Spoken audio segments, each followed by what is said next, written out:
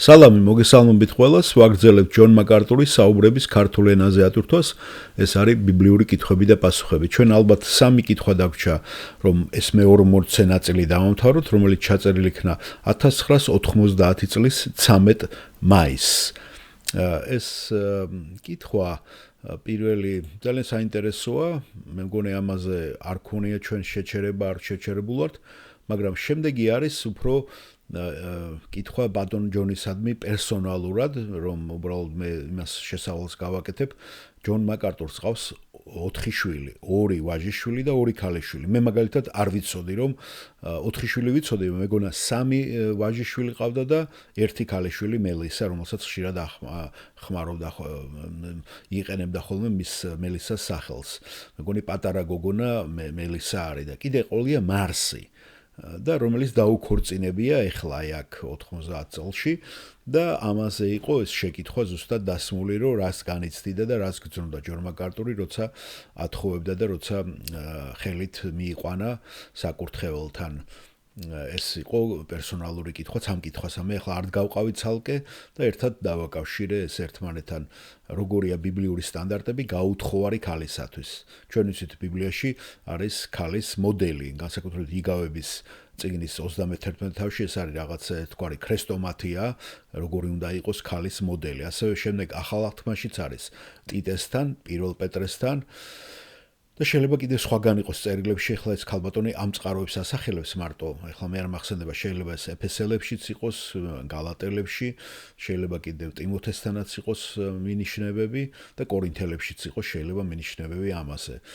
და საინტერესებს გაუთხოვარი ქალისთვის როგორი არის სტანდარტები და ეს კითხვები გავაერთიანე და შემდეგ სამი კითხვის შემდეგ ბატონი ჯონი დაასრულებს უკვე ამ განყოფილებას.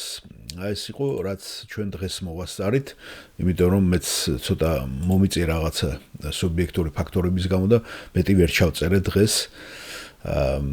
როცა მუშაობ ცოტა ძნელია ხოლმე უცებ ყველაფერი მოასწრო. კითხვის ავტორი: გამარჯობათ პასტორ ჯონ, მე ვივიენი ვარ. გამარჯობა ვივიენ. ჩემი შეკითხვა უკავშირდება იგავების წიგნში 31 თავში და ტიტეს მეორე თავში 1 პეტრეს წერილის მესამე თავში აღწერილ მინიშნებას, თუ როგორ უნდა იყოს ღვთისმოსავი ქალი, როდესაც ის გათხოვილია. როგორ განმარტავთ თქვენ ქალურობას? როგორია ბიბლიური მოდელი მარტო ხელა ქალისათვის. ნახეთ, მარტო ხელა დაასახელა განსხვავებით გაუთხოვარისაგან. მე მგონი აქ უფრო ფართო მცნება შეიძლება იყოს უკვე შესული, ხომ? და მეორეც, რაც მაინტერესებდა ჯონ, რა იყო თქვენი აზრები და ფიქრები, რა გრძნობები გეუფლებოდათ, როდესაც მარსის საკურთხეველში დასაქორწინებლად მიუძღოდით და როდესაც ის ჩააბარეთ მის მომავალ მეუღლეს. ჯონ მაკარტური პასუხობს. პირველ რიგში, პირველ კითხვასთან, ღვთისმოსავი მარტო ხელა ქალის სტანდარტი იგივეა, რაც გათხოვილი ქალისათვის ბიბლიაში. ასე რომ იგავების 31 თავში აღწერილი ეს უბრალოდ იგივე იქნება ოჯახური ატრიბუტების გარეშე, ოჯახური გარემოს გარეშე, შვილებთან და მეუღლესთან დაკავშირების გარეშე. ეს იქნებოდა კეთილი, მორჩილი, ამავდროულად მეწარმე, მეურვე კარგად თავისი ეკონომიკის, სათნო და ყველა ეს პრინციპი იგივე იქნებოდა გათხოვილი ქალისათვის, როგორც მარტო ხელა ქალისათვის. რა თქმა უნდა, წმინდა წერილის თვალსაზრისით, სანამ ის მარტო ხელა იქნებოდა, ის კვლავ მამის მფარველობის ქვეშ არის. ასე რომ მას ექნებოდა რეაგირება მამას მის ხელმძღვანელობაზე და მის მართვაზე მოცხოვრებაში. ასე რომ მე მჯერა, რომ ხარისხისა და ხასიათში რეალური განსხვავება არ არის. სინამდვილეში მე მჯერა, რომ თუ ასეთი მარტო ხელა ქალი არ ახართ, დიდი შანსია, როდესაც თქვენ გათხოვდებით, რომ გათხოვილიც აღარ იყოთ ასეთი მსგავს. დიდი შანსია. შეიძლება 100%-ით ეს არ ვამტკიცო, მაგრამ დიდი შანსია, ასე რომ ყველა უნდა მოემზადოს, რომ ესეთი მისაბაძი ეტალონი გახდეს, რაც არის აღწერილი იქ ბიბლიაში. და ვივიენიც ამბობს: ამინ, ამინ ჯონ, ამინ. რაც აუცილებლად როცა შენ გაუთხოვარი ხარ, ეს აუცილებლად უკვე მეორე თქვენს როლში გადაიზრდება, როცა გათხოვდებით. ეხლა რაც შეეხება იმაზე, რა ფიქრები მეუფლებოდა, როცა მარსის საკურთხეველში მიყვებოდი. დიახ, ჩემი ფიქრები, რა თქმა უნდა, ვიდექი ძალიან ჩემთვის შაფიქრებული და ბევრ რამეზე ფიქრობდი, ბევრ რამეზე. მე ფიქრობდი მის გაშვებაზე ჩემი ხელიდან. ჩვენ ძალიან გვიყვარს მარკოსი, რომელიც შესანიშნავი ქრისტიანი ახალგაზრდა და ის ჩვენს ოჯახში ძალიან კარგად ჩაეწერა და შვილი ვითარე პირდაპირ გაგებით. ასე რომ ეს საერთოდ არ მადარდებდა. და ჩვენ ვიცით ეს ვიცოდი რომ ისინი ერთად მიდიოდნენ უფლის სამსახურში და ასეც მოხდა. ეს არის Iceland Lake Christian ბანაკი, კემპი და იქ არის ის დირექტორი და სიეტლში იქნებიან.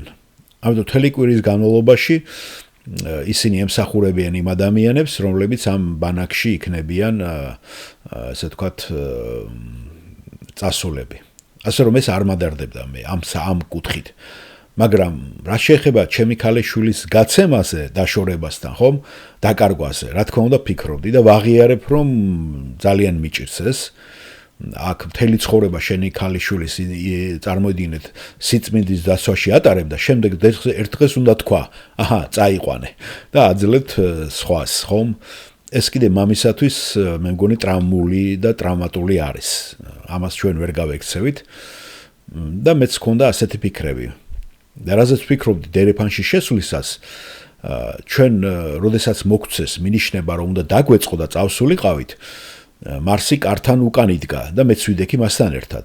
და უცებ მივხვდით რომ მისი თაიგული, რომელიც მას ხელში უნდა ჭეროდა, საქორწილო თაიგული, დავიწყებიათ, არ ქონდათ. ხედავთ?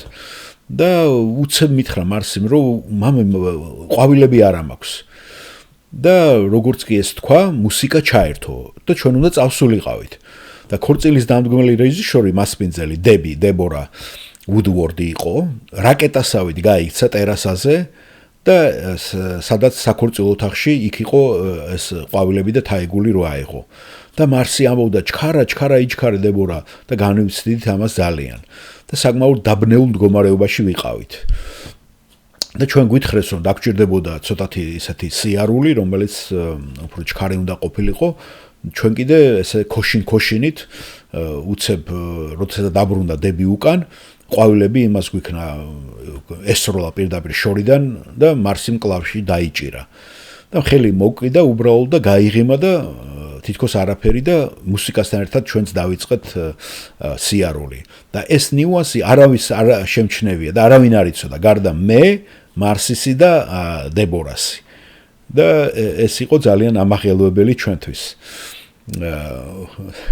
ძალიან ის იყო დამაფიქრებელი და მე კიდევ ცოტა ვჩქარობდი, ძალიან აჩქარებული მივდიოდი რომ მიგვესწრო და მუსიკას ავყოლოდით და ყველა ალბათ იფიქრებდა რა იდიოტია ეს მამა, ესე ჩქარა რა უნდა, რატო ჩქარობს შვილის გათხოვებასო, ხო? და მე კიდევ უბრალოდ მარსის გაუღე, მარსი მე გამიხია და ვიცოდი ჩვენ თუ რასთან იყო ეს ყველაფერი დაკავშირებული. დიახ, მე უნდა ვთქვა, რომ ეს მეორე მხრივ არის ძალიან დიდი კმაყოფილება, როდესაც შენიცი რომ შენი ქალიშვილი სუფთა ქორწინებაში შედის, როცა ის ახალგაზრდა, რომელსაც შენ აძლევ მას ქრისტიანია და უყვარს უფალი იესო ქრისტე და ეს არის მშობლების პროცესის ალბათ მთლიანი კულმინაცია თქვენ ცხოვრებაში. და იცით ხომ, როდესაც ჩემი მარკოზიც, ჩემი მეთიუ, უკაცრავად მეთიუ, მის შვილს მეთი ქვია და მარკიც ქვია, რომ იცოდეთ მარკოზი, მაგრამ მეთიუზე ლაპარაკობს, ქელიზე დაქორწინდა, ძალიან დიდი სიხარულის გრძნობა ჰქონდა და ესეც შვენიერი რამე იყო, რომ ჩვენ ვიცოდით, რომ ქელიც ძალიან ქრისტიანი გოგონა იყო და უცებ წარმოიდგინეთ თქვენ ერთ დღესაც იღვიძებთ და უკვე შვილიშვილები გყავთ. და ჯონ მაკარტურის ცნობით ვიცოდეთ 15 შვილიშვილი ყავს ჯონ მაკარტურს და შვილთა შვილიც, ესე იგი შვილიშვილების შვილიც შეეძინა, ეხლა მე რაც ვიცი, ეხლა ხან ალბათ 4-3 წლის უკან. და ჩვენ ბუნებრივია რომ უკვე აღარ უნდა ვიდარდოთ ამაზე, როცა შვილები გათხოვილები და დაქორწინებულები არიან. მაგრამ უნდა ვთქვა რომ სულ სხვა თაობა მოდის და მათზე ჩვენ არანაირი კონტროლი არ აგვაქვს და პირდაპირ გაგებით ჩვენ განვაგრძობთ ლოცვას მათი მომავლისათვის და ეს არის ჩვენ რაც შეგვიძლია რომ გავაკეთოთ. და ყველანაირად მე რწმენი და იმედითა ვარ რომ ღმერთი მათაც როგორც ჩემ შვილებს აუცილებლად მიხედავს ჩემ შვილიშვილებს და სწორ გზაზე დააყენებს. ეხლა ბოლო 3 ძალიან სწრაფი შეკითხვა და ჩვენ რამოდენიმე წუთში დავამთავრებთ ჩვენ ამ სესიას. მადლობა კიდევ ერთხელ.